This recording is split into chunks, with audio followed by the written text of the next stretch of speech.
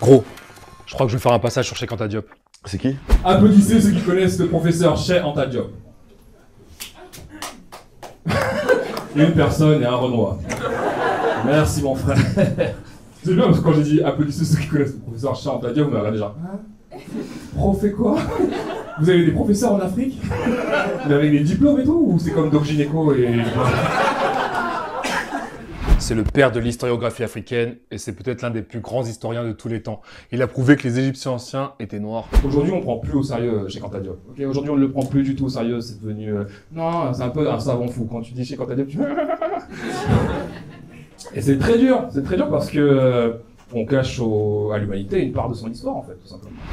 Attends, c'est pas des trucs d'afrocentriste, là? C'est pas des trucs d'afrocentriste, là. Ça veut dire quoi, ça? Non, mais tu le prends mal, mais ce que je veux dire, c'est que c'est un savant noir qui parle pour les noirs, un peu, quoi. Donc, quand c'est un savant africain qui part de l'Afrique, c'est de l'afrocentrisme.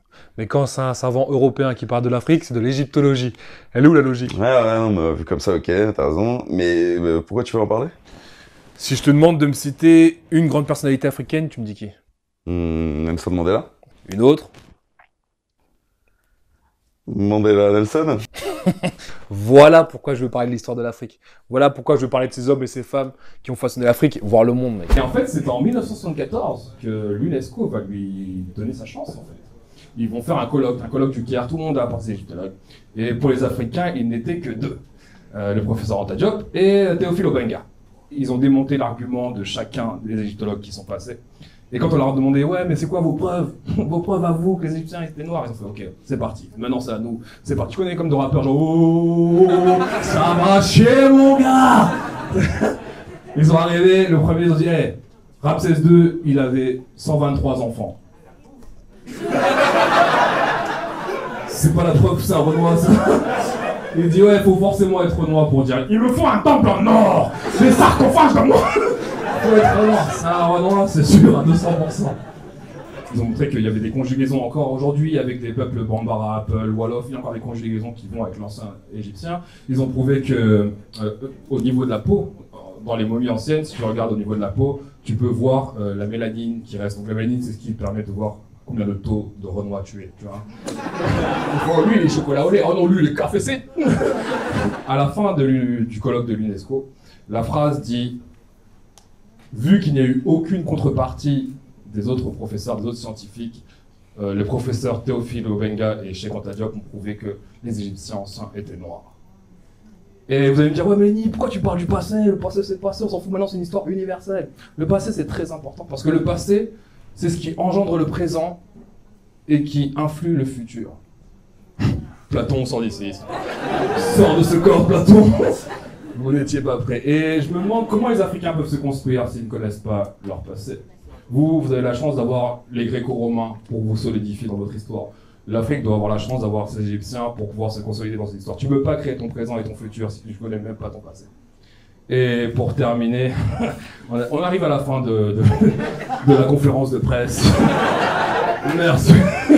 Mais ton mec là, s'il a réussi à prouver que les Égyptiens étaient noirs, Ouais. quand même un gros truc, et que c'est un des plus grands savants, pourquoi j'en ai jamais entendu parler? Parce qu'on est dans les années 50, il y a la colonisation et personne ne va entendre que la civilisation qui a apporté le savoir à tout le monde, c'est les nègres.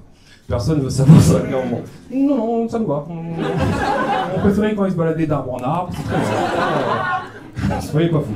Bah déjà parce qu'on va pas t'en parler en cours d'histoire, et parce que l'égyptologie occidentale le fait passer pour un afrocentriste. Il vérifie pas ses thèses, il vérifie pas ses conclusions. Ok, mais dans quel but? Dans le but de cacher la falsification historique qui a été faite.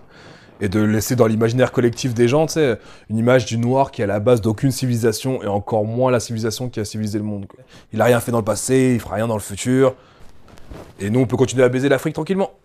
Et toi, tu veux faire rire avec ça, là? Je vais essayer. Fais voir une vanne au moins. Attends, non, tu sais quoi? Je vais d'abord les tester au Paname et tu me diras ce que t'en penses après. Vas-y, chaud. Allez, je vous laisse sur ça, merci beaucoup. Par conséquent, il n'y a qu'un seul salut. C'est la connaissance directe. Et aucune paresse ne pourra nous dispenser de cet effort. Il faudra absolument acquérir la connaissance directe. À formation égale, la vérité triomphe. Formez-vous, armez-vous de science jusqu'aux dents, c'est ce que j'ai dit à Obenga. et arracher votre patrimoine culturel.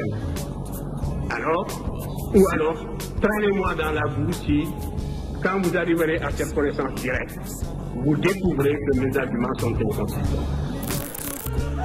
Vous voulez notre histoire ou pas? Oui, Père Castor, vas-y. Pas de soucis, les enfants. Des fois je me demande si j'ai un devoir envers l'Afrique, je pourrais fermer les yeux, une femme, des gosses et garder mon fric. Problème existentiel de nos délires névrotiques, de ma vision romantique. Je veux faire naître un nouveau type car je fais partie de cette diaspora de 7 jeunesse qui a quitté le pays pour faire recette. Et je me rends compte qu'on est trop con, qu'on gâche nos vies et que l'Europe devient notre cocon.